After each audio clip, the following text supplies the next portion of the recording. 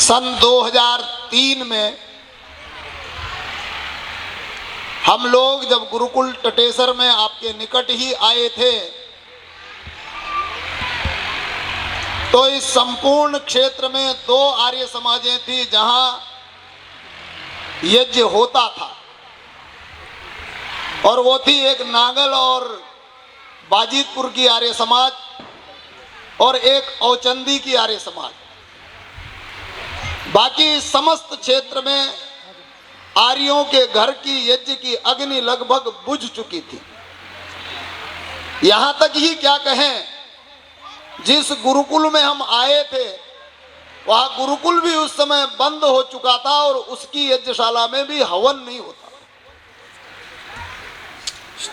2003 से यहां आने के बाद अपनी दूर दृष्टि से इस समाज की दुर्दशा को देखने वाले हम सबके प्रेरणा स्रोत आचार्य परमदेव मीमांसक जी ने ठीक इसके 1 वर्ष बाद अर्थात 2004 में प्रेरणा की, और उनकी प्रेरणा को प्राप्त करके सुदूर करनाल में बैठे हुए पंडित लोकनाथ आर्य जी ने राष्ट्रीय आर्य निर्मात्री सभा की स्थापना की। और 2004 से चला हुआ यह आर्य निर्माण और राष्ट्र निर्माण का जो कार्य था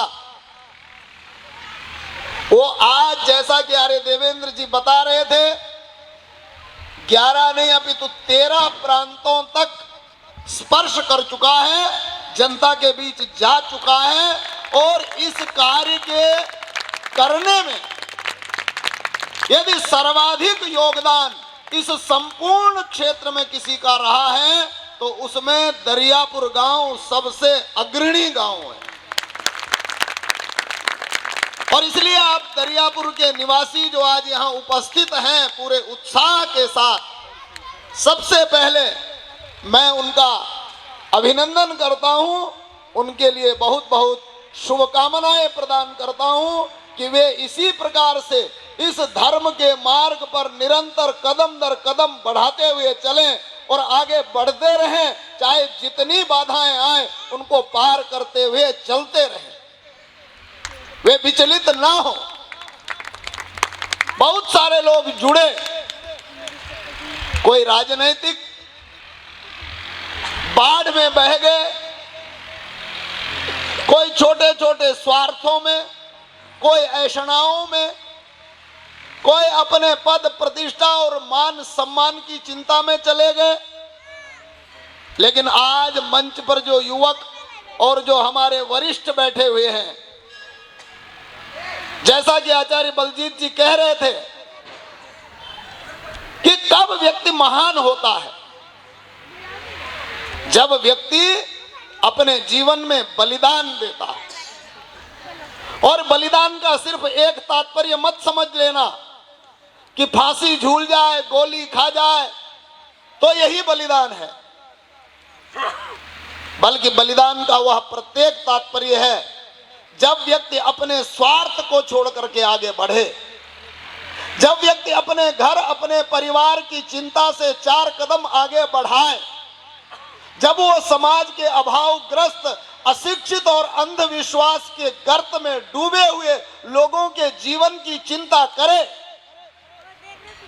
और जब वो व्यक्ति ऐसा करता है तो निश्चित रूप से वो व्यक्ति बलिदानी व्यक्ति है। वो अपने घर के हिस्से के सुख को त्यागता है, वो अपने परिवार के हिस्से के सुख को त्यागता है, वो अपने सुख को त्याग करता है और तब वो समाज, राष्ट्र और देश की चिंता कर पाता है। लेकिन चिंता करने वालों की इस देश में कमी नहीं है। हजारों लाखों, एक सामान्य नागरिक से लेकर के हमारे देश के सर्वोच्च पद पर बैठे हुए प्रधानमंत्री तक रात दिन इस देश की चिंता करते हैं, खूब चिंता करते हैं। लेकिन समाधान, जब समाधान ढूंढने निकलते हैं तो वही अंधविश्वास सामने खड़ा हो जाता है, वही अज्ञान, वही अविद्या और उसके रास्ते चल करके इस देश के 135 करोड़ लोगों के सुख की चिंता जब उनके हृदय में दिखाई देती है, तो हम भी सिर पर हाथ मार करके विचार करते हैं, क्या ऐसे होगा इसका समाधान? लेकिन हम कर क्या सकते हैं? इस दीपावली के अवसर पर जब ऋषि दयानंद का बलिदान दिवस है, तो हम सबको विचार करना चाहिए कि हम क्या कर सकते हैं। तो अपनी सामर्थ्य, अपनी शक्ति का आकलन करना चाहिए। वर्तमान में 2004 से लेकर के आज हम इस स्थिति तक पहुंचे हैं कि आज लगभग आर्य महासंघ 2000 स्थानों पर 2000 परिवारों में एक साथ सायंकाल के समय यज्ञ करने में सक्षम हुआ है। 2000 से अधिक होने वाला है, लेकिन हमने जो आज का लक्ष्य रखा था वो 2000 यज्ञों का लक्ष्य रखा था। और यहाँ आज बहुत अच्छा लग रहा है जब हमारी माताएं बहनें पर्याप्त संख्या में बैठी हैं। यह एक शुभता का दर्शन है, एक शुभ दृष्टिकोण लग रहा है कि अब माताएं भी बहनें भी बाहर निकल रही हैं, धर्म के कार्य में रुचि ले रही हैं। अन्यथा एक समय था जब यहाँ के मठाधीश, धर्मध्वजी, पाखंड के आवरण में जो लिपटे हुए लोग थे, वो कहते थे महिलाओं को यज्ञ करने का अधिकार नहीं। वो कहते थे इनको मंत्र पढ़ने का अधिकार नहीं है, इन्हें गायत्री बोलने का अधिकार नहीं है, इन्हें ओम जपने का अधिकार नहीं है। मानो कि उनकी दृष्टि में नारी कोई चेतन सत्ता नहीं थी।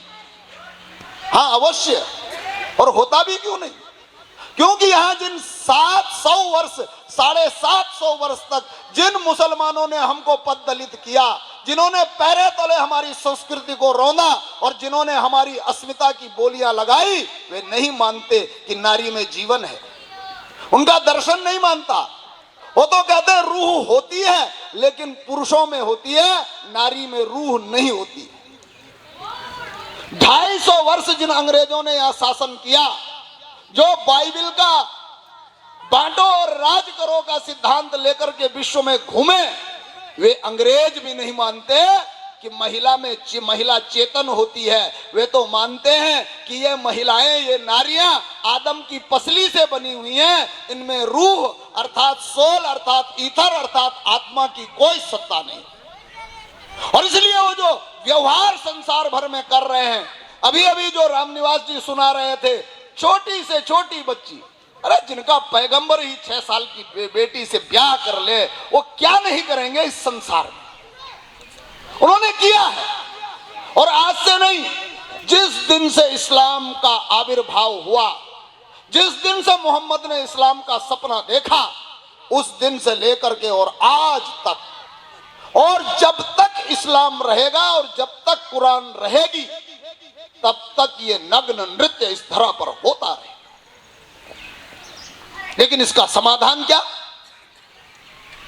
क्या वर्तमान के जो राजनीतिक लोग हैं, जो पाखंड के आवरण में लिपट करके देश की, समाज की समस्याओं का समाधान खोजने चले हैं, क्या उनके पास इसका कोई समाधान है?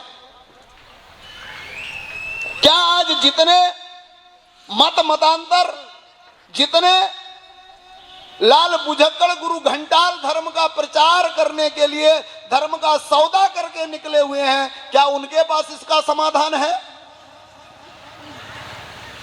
तो साफ साफ समझ लीजिए, इन लोगों के पास इसका कोई समाधान न था, न है और न होगा। इस सारी समस्या का सिर्फ और सिर्फ समाधान है, और सीधा सीधा स्पष्ट समाधान है। तो मैं अभी समाधान तो नहीं बताऊंगा, लेकिन मैं ये अवश्य बताऊंगा कि वो समाधान यदि इस धरती पर किसी के पास है, तो वो आर्य महासंघ के पास है। और इसलिए 2004 में हमने जब गुरुकुल की यज्ञशाला में अग्नि प्रज्वलित की थी, तो आज हमें देख करके आनंद की अनुभूति होती है कि अकेले गांव दरियापुर के इस प्रांगण में 101 परिवारों ने बैठ करके वो अग्नि प्रज्वलित कर ली है।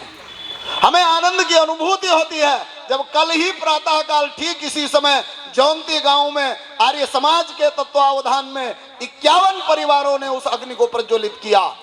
और आज मैं बात कर रहा था उन नारियों की, तो आज निश्चित किया गया है आर्य महासंघ के तत्वावधान में 100 महिला पुरोहिताएं यज्ञ करवाएंगी।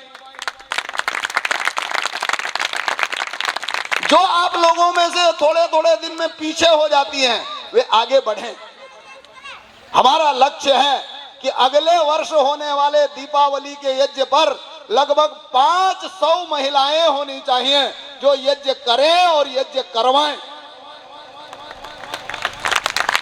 जिनको संपूर्ण यज्ञ की प्रक्रिया आती हो ऐसी 500 महिलाएं अगली दीपावली पर आर्य महासंघ प्रशिक्षित करेगा।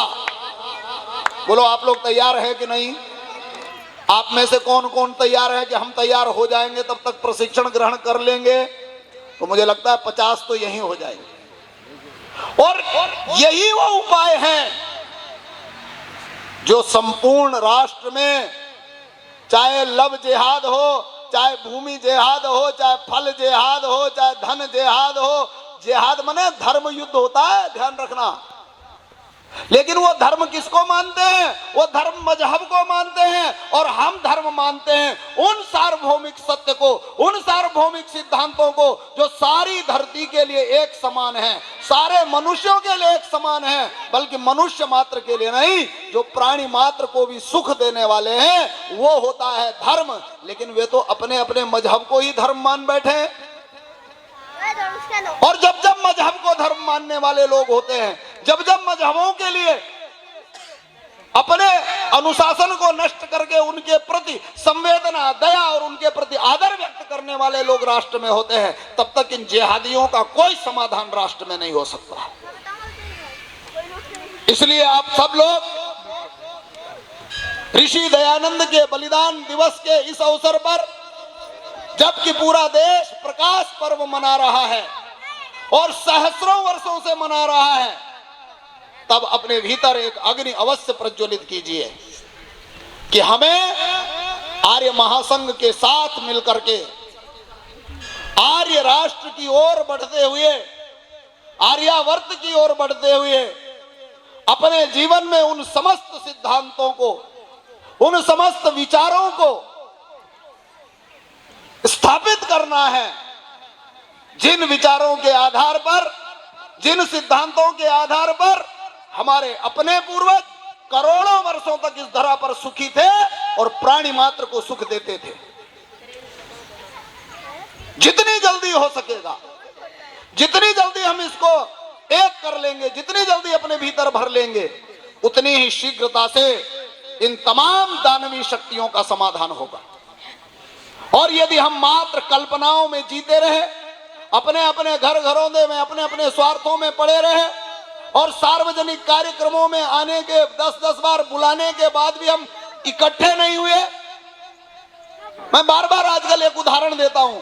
अभी कुछ दिन पहले की बात है, शायद 10-15 दिन हुए होंगे, हमारे देश के दबंग गृह मंत्री सहारनपुर में भाषण दे रहे थे और तुरंत अचानक मस्जिद से अजान की आवाज आई।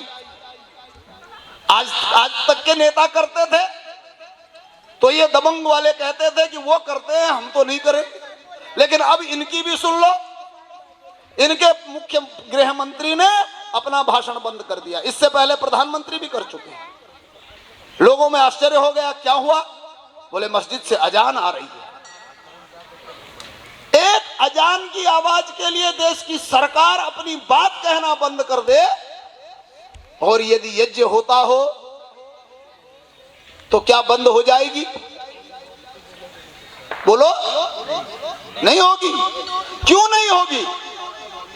क्योंकि अजान देने वाले ज्यादा हैं और यज्ञ करने वाले, और आप संख्या बढ़ा दो, दिल्ली में 3 करोड़ की आबादी है और दिल्ली में 5 लाख घरों में यज्ञ हो दीपावली की सायंकाल, ऐसा दृश्य उपस्थित कर दो।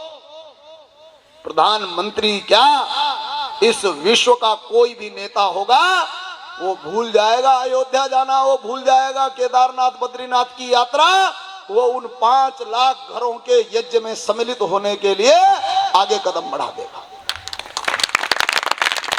लेकिन ये शक्ति चाहिए, ये सामर्थ्य चाहिए, और ये सामर्थ्य कोई अवतार आकर के पैदा करने वाला नहीं है।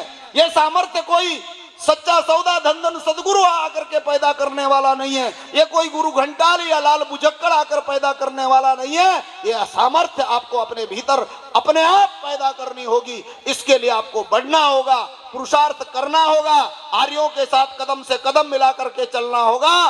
समाज एक ही रहे और वो आर्य समाज रहे, उसमें ना कोई ऊंच हो, ना नीच हो, ना अछूत हो, ना सवर्ण हो तो सिर्फ एक जाति मानव जाति, और वो मानव आर्य हो। तब हम सब लोग ऋषि दयानंद के प्रति कृतज्ञता पूर्वक उनके इस बलिदान अवसर पर उनको स्मरण कर पाएंगे, तब उनकी जय कर पाएंगे, और तभी हम बोल पाएंगे शुभ दीपावली। हम शुभकामनाएं देते हैं, हर त्योहार पर देते हैं, लेकिन यदि हमने यह कार्य नहीं किया, यदि हमने अपने कदम आर्य गुणों की ओर नहीं बढ़ाए, आर्य स्वभाव की ओर नहीं बढ़ाए, आर्य विद्या की ओर नहीं बढ़ाए, तो ये शुभता कुछ दिन की रह जाएगी। और यदि हम सब ने अपने कदम बढ़ा दिए तो हमारी दीपावली सनातन काल से चली आई है, शुभ है, और ये भविष्य में भी शुभ ही रहेगी। मैं पुनः कामना करता हूं कि आप सबकी दीपावली शुभ हो, और ये यज्ञ की अग्नि आपके घरों में जले और इस समस्त राष्ट्र को आप्लावित कर ले। इन्हीं शब्दों के साथ ओम शांति शांति शांति। धन्यवाद। कोटि कोटि धन्यवाद आचार्य जी का। बहुत